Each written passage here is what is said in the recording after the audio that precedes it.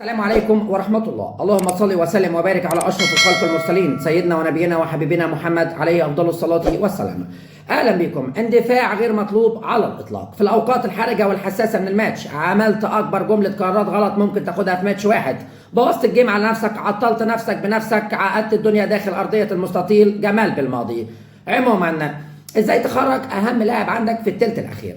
حاجه مش مفهومه على الاطلاق. اهم لاعب عندك اللي صنع لك هدف وعمل لك اكتر فرص محققه للتسجيل، خلق اكتر فرص محققه في الماتش، وعمل لك 4 كرات طوليه صح واستخلص الكره 7 مرات من اصل 10. اهم لاعب لو بيلعب برجل واحده، لو واقع بدنيا، لو واقع من العاشر، ما يطلعش يوسف البلايلي على الاطلاق. تمريره واحده تخلص الجيم كله. عموما مش كده كمان وبس، لا ده انا احب اقول لك ان انت عملت كمان مصيبه لما نزلت ادم والناس، لعبته جناح ايسر، حجمته وحجمت ابداعه وحجمت حلوله.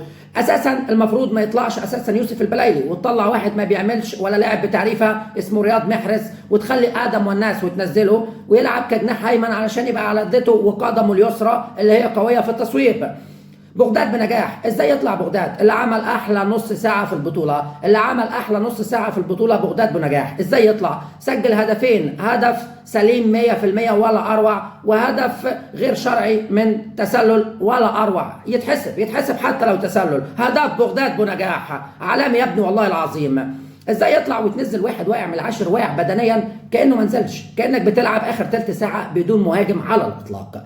حاجه غريبه. وفي حاجه كمان لازم تبقى فاهم ان فارس شيبي وقع وانهار. ليه ما نزلتش حسام عوار بدري شويه يديك حيويه ونشاط في الثلث الاخير؟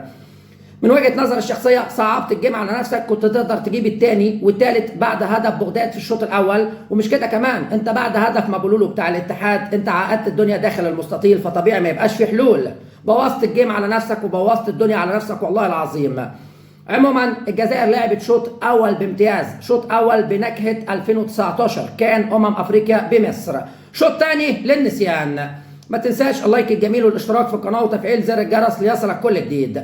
ان شاء الله الفتره الجايه اقدر اقدم لكم محتوى يليق بحضراتكم بمشيئه الله. دمتم في امان الله.